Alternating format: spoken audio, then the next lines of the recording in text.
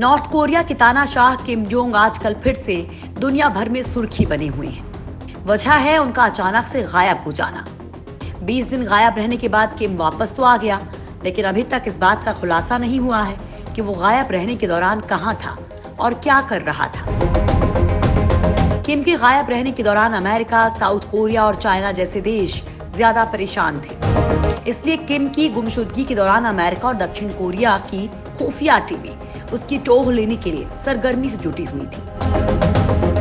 America ने किम से जुड़ी जानकारी इकट्ठा करने के लिए अपने 5 जासूसी विमान भी भेज दिए थे, जिनमें RC-12S, E-8C, joint stars, EO-5C, crazy hoc जैसे विमान शामिल थे।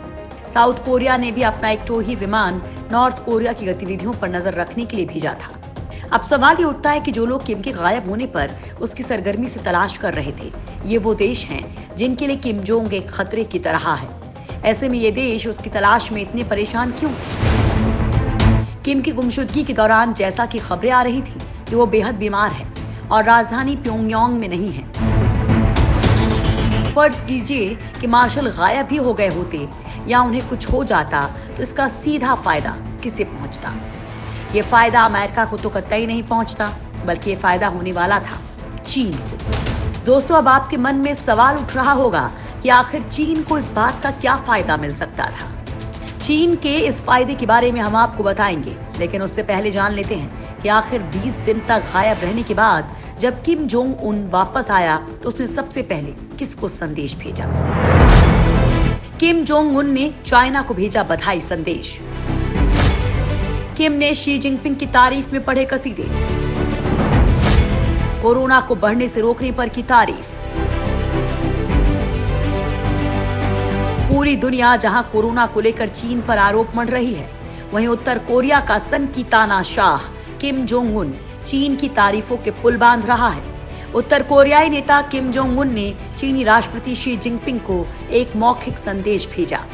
इस संदेश में किम ने कोरोना वायरस के प्रसार को बेहतर ढंग से रोकने के लिए बीजिंग की तारीफ की है, वो भी ऐसे वक्त में जब अमेरिका सहित अन्य यूरोपीय देश कोरोना वायरस के प्रसार के लिए चीन को दोषी मान रहे हैं। ऐसे में किम ने जिनपिंग को बधाई देकर अपनी दोस्ती को आगे बढ़ाया है। इस बधाई का एक और भी संकेत है कि किम ने साफ कर दिया है कि वो संकट की घड़ी में चीन के साथ खड़ा है। इस साल किम जोंग का ये दूसरा बधाई संदेश है।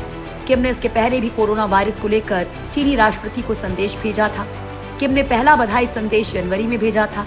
इस संदेश में भी उसने वायरस के खिलाफ बीजिंग की लड़ाई के लिए अपने समर्थन को जताया था। एक तरफ तो किम चीनी राष्ट्रपति को संदेश भेजकर उनकी तारीफ कर रहा है, तो दूसरी तरफ चीन किम जोंग की पीठ में छुरा घोंपने के चक्कर में लगा है। दरअसल जब किम जोंग 20 दिन के लिए गायब हुए थे, तो इस समय मौके का फायदा उठाने की कोशिश में चीन लगा था और वो किसी अपने करीबी को उत्तर कोरिया की सत्ता में बैठाने की फिराक में लगा था। और शायद इसलिए किम के गायब होने पर सबसे ज्यादा परेशान दक्षिण कोरिया और अमेरिका था, क्योंकि उन्हें पता था कि किम के गायब होने के बाद चीन इसका पूरा फायदा उठाकर कोरियाई महाद्वीप पर कब्जे की कोशिश करेगा। किम के गायब होने का फायदा उठाने की कोशिश में था चीन। कोरियाई प्रायद्वीप में अपना दबदबा बढ़ाना चाहता है चीन।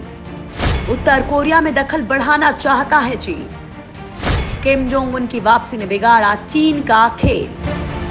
अगर मार्शल किम जोंग उन को कुछ होता तो उन हालात को चीन अपने फायदे के लिए इस्तेमाल कर सकता है।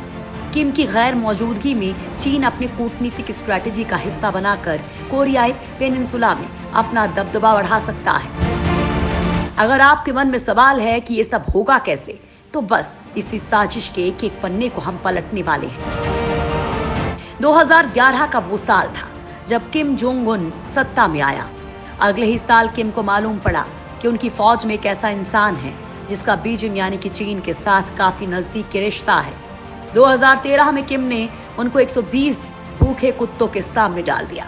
दरअसल किम जोंग ये सुनिश्चित कर रहा था कि उत्तर कोरिया में उससे ज्यादा पावरफुल या उसकी बराबरी करने वाला कोई ना हो।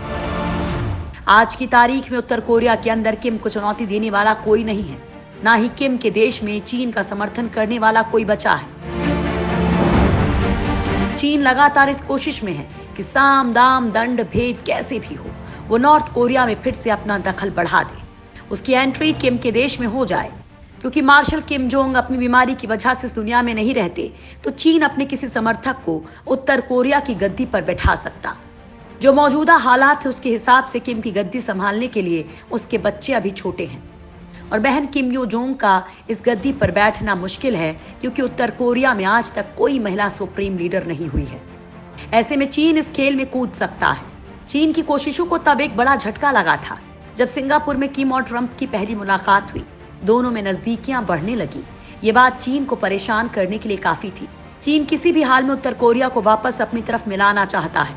चीन की ये कोशिश जायज भी है, क्योंकि उत्तर कोरिया का झुकाव जिस तरफ होगा पूरे कोरियन पेनिसुला में उसका दबदबा खुद ब खुद बढ़ जाएगा। किम के होते हुए चीन का ख्वाब कभी पूरा नहीं हो सकता है।